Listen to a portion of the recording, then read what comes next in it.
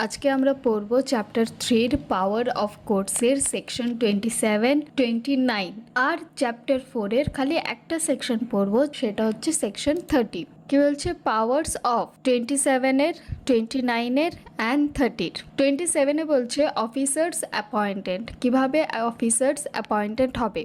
ওয়ানে বলছে person holding office in the service of government. Sub ওয়ানে বলছে who has been invested by high court or state government with any powers under this Sanhita throughout may local area. তাহলে high court বা state government কোনো भी local এরিয়াতে একটা officer appointed করতে পারে।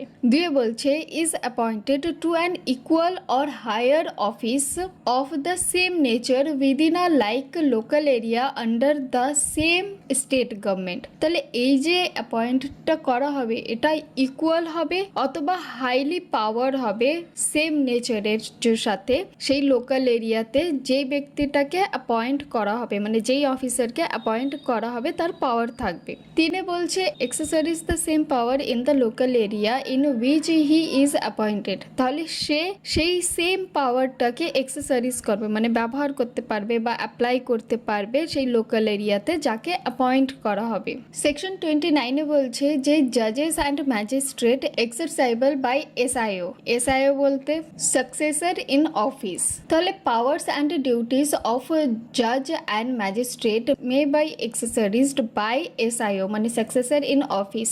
দুয়ে বলছে ডাউট হু ইজ এসআইও। যদি এরকম ডাউট থাকে যে সাকসেসর ইন অফিস কে হবে, কে নেক্সট সাকসেসর ইন অফিসের হবে, ঠিক আছে, মানে পরবর্তীকালের যে অফিসার হবে, তাহলে সেটা ডিসাইডেড হবে by SJ in writing. SJ বলতে সিনিয়র জাজ। অ্যান্ড তিনে বলছে doubt who is SIO of any magistrate. যদি ডাউট থাকে যে কে হবে এসআইও মানে সাকসেসর ইন অফিস, তাহলে সেটা ডিসাইডেড করবে কে, হয় সিজিএম বা DM in writing.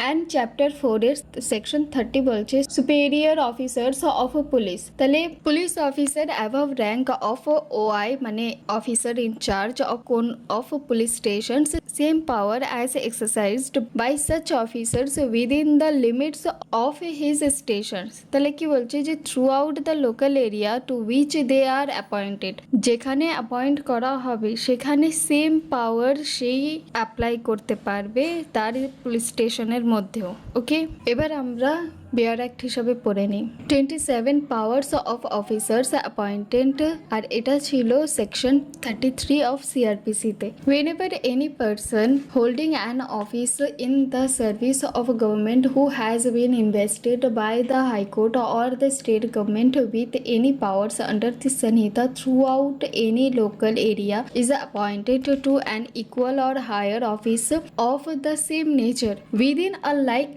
local area under the same state government, he shall, unless the high court or the state government as the case may be otherwise directs or has otherwise directed, exercise the same powers in the local area in which he is so appointed. তাহলে section 27 বলছে পদোন্নতি বা সমপদে নিয়োগ হলে ক্ষমতার ধারাবাহিকতা। যদি কোনো ব্যক্তি সরকারি চাকরিতে কোনো পদে কর্মরত থাকেন এবং তাকে হাইকোর্ট বা স্টেট গভর্নমেন্ট এই সংহিতার অধীনে কোনো নির্দিষ্ট স্থানীয় এলাকায় মানে লোকাল এরিয়া কিছু ক্ষমতা প্রদান করে থাকে, তাহলে কি হবে যে এরপর যদি তিনি এই প্রকৃতির মানে সেম নেচারে মানে একই ভাবে কাজ করা সমপদে ইকুয়াল অফিস বা উচ্চতর পদে মানে হায়ার অফিসে একই রাজ্যের অধীনে অনুরূপ স্থানীয় এলাকায় মানে লাইকা লোকাল এরিয়া নিয়োগ প্রাপ্ত হন, তাহলে আলাদা করে নতুন করে ক্ষমতা দেওয়ার প্রয়োজন হবে না, তিনি পূর্বের মতন একই ক্ষমতা প্রয়োগ করবেন। তবে ব্যতিক্রমে বলছে যে যদি হাইকোর্ট অথবা স্টেট গভর্নমেন্ট অন্যরকম নির্দেশ দেয় মানে আদারওয়াইজ যদি কিছু ডিরেক্টস করে, তাহলে সেই নির্দেশ অনুযায়ী চলতে হবে। সহজ উদাহরণ ধরা যাক, একজন সাব ডিভিশনাল ম্যাজিস্ট্রেট একটি এলাকায় নির্দিষ্ট ক্ষমতা পেয়েছেন, পরে তিনি অন্য একটি সমপদ বা উচ্চতর পদে একই ধরনের এলাকায় নিয়োগ পেলেন, তাহলে তিনি স্বয়ং সক্রিয়ভাবে আগের ক্ষমতাগুলো বজায় রাখবেন, নতুন করে আদেশ লাগবে না। সেকশন 29 বলছে পাওয়ার্স অফ জাজেস and magistrate exercisable by their successor in office, আর এটা ছিল সেকশন 35 অফ সিআরপিসিতে। ওয়ানে বলছে subject to the other provisions of the সংহিতা the powers and duties of a জাজ or magistrate may be exercised by performed by his successor in office.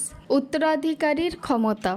এই সংহিতার অধীনে অন্যান্য বিধান সাপেক্ষে কোনো জাজ বা ম্যাজিস্ট্রেটের ক্ষমতা ও দায়িত্ব তার উত্তরাধিকারী সাকসেসর ইন অফিস প্রয়োগ বা পালন করতে পারেন। সহজ ভাষায় আগের বিচারক বদলি হলে নতুন বিচারক আগের বিচারকের কাজ চালিয়ে যেতে পারবেন, নতুন করে সব শুরু করতে হবে না। দুয়ে বলছে when there is any doubt as to who is the successor in office, the session judge shall determine by order in writing the judge who shall for the purpose of this Sanhita or of any proceedings or order thereunder be deemed to be the successor in office। তাহলে জাজের উত্তরাধিকার নিয়ে সন্দেহ হলে, যদি কোনো ক্ষেত্রে সন্দেহ হয় কোনো জাজ কর্তৃপক্ষকে সাকসেসর ইন অফিস, তাহলে সেশন জাজ লিখিত আদেশ দেবে, মানে অর্ডার ইন রাইটিং দিয়ে নির্ধারণ করবেন কোন জাজকে এই সংহিতার উদ্দেশ্যে উত্তরাধিকারী বলে গণ্য করা হবে। তিনে বলছে when there is any doubt as to who is the successor in office of any magistrate, the chief judicial magistrate or the direct magistrate or the district magistrate as the case may be shall determine by order in writing the magistrate who shall for the purpose of this Sanhita or of any proceedings or order thereunder be deemed to be the successor in office of such magistrate। ম্যাজিস্ট্রেটের উত্তরাধিকার নিয়ে সন্দেহ হলে, যদি কোনো ম্যাজিস্ট্রেটের ক্ষেত্রে সন্দেহ হয় কে তার উত্তরাধিকারী, তাহলে চিফ জুডিশিয়াল ম্যাজিস্ট্রেট মানে সিজেএম অথবা ডিস্ট্রিক্ট ম্যাজিস্ট্রেট মানে ডিএম লিখিত আদেশের মাধ্যমে নির্ধারণ করবেন কে উত্তরাধিকারী হিসাবে গণ্য হবে। সহজভাবে বলি, পদ যদি জাজ হয় আর সন্দেহ হলে নির্ধারণ করবেন সেশন জাজ, পদ যদি ম্যাজিস্ট্রেট হয় তাহলে সন্দেহ হলে নির্ধারণ করবে সিজিএম বা ডিএম। এবার আসি চ্যাপ্টার 4-এ, আর এই সেকশনটা এখানেই পড়িয়ে দিই। Section 30 powers of superior officer of police, আর এটা ছিল আগে সেকশন 36 অফ সিআরপিসিতে। Police officer superior in rank to an officer in charge of a police stations may exercise the same powers throughout the local area to which they are appointed, as may be exercised by such officer within the limits of his stations। Officer in চার্জের উদ্বর্তন police কর্মকর্তার ক্ষমতা। যে সকল police কর্মকর্তা কোনো police স্টেশনের office in charge মানে OC এর যে পদমর্যাদায় মানে র্যাঙ্ক উচ্চতর, তারা তাদের নিজ নিজ নিয়োগপ্রাপ্ত স্থানীয় এলাকার মধ্যে সেই একই ক্ষমতা প্রয়োগ করতে পারবেন যা অফিসার ইনচার্জ তার থানার সীমার মধ্যে প্রয়োগ করতে পারেন। সহজে বলি, থানার ওসি যেসব ক্ষমতা প্রয়োগ করতে পারেন তার উদ্বর্তন কর্মকর্তা মানে যেমন হচ্ছে এসডিপিও, এসপি ইত্যাদি পুরো নির্ধারিত এলাকায় সেই ক্ষমতা প্রয়োগ করতে পারবে। উদাহরণ ধরা যাক, একজন অফিসার ইনচার্জ